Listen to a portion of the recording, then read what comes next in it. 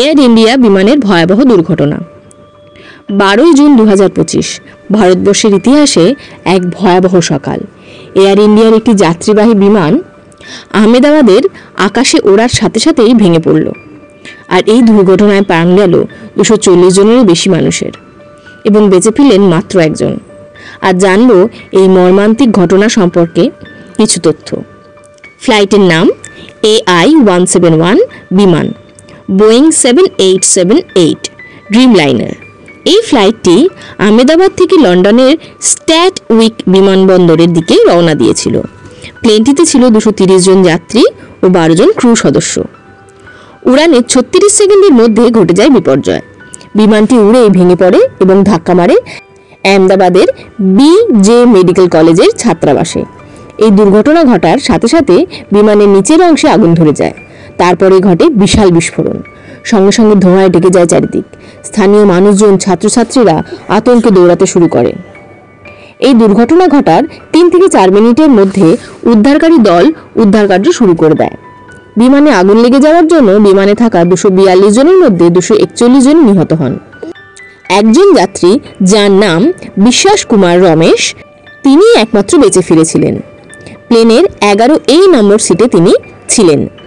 বিমানের ম্যাপ অনুপাতে এই আসনটির কাছেই একটি আপৎকালীন দরজা ছিল।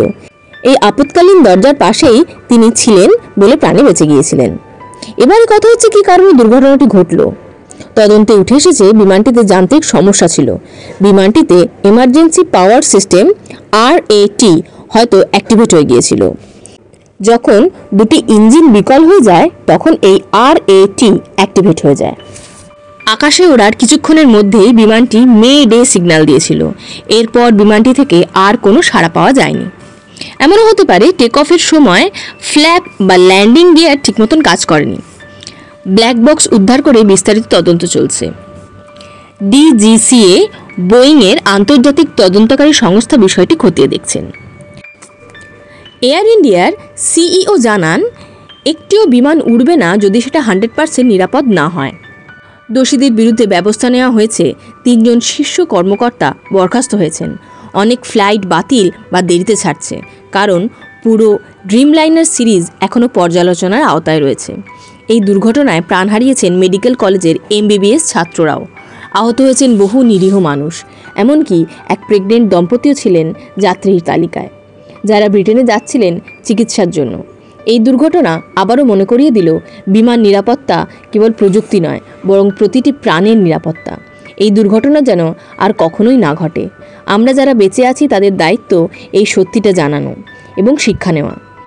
এই ছিল 12 জুন 2025 এয়ার ইন্ডিয়ার দুর্ঘটনার কথা। ভিডিওটা যদি মনে দাগ কেটে থাকে তাহলে অবশ্যই লাইক করবেন, শেয়ার করবেন আর 5 মিনিটের গপ্প চ্যানেলটিকে সাবস্ক্রাইব করে বেল আইকনে ক্লিক করে রাখবেন।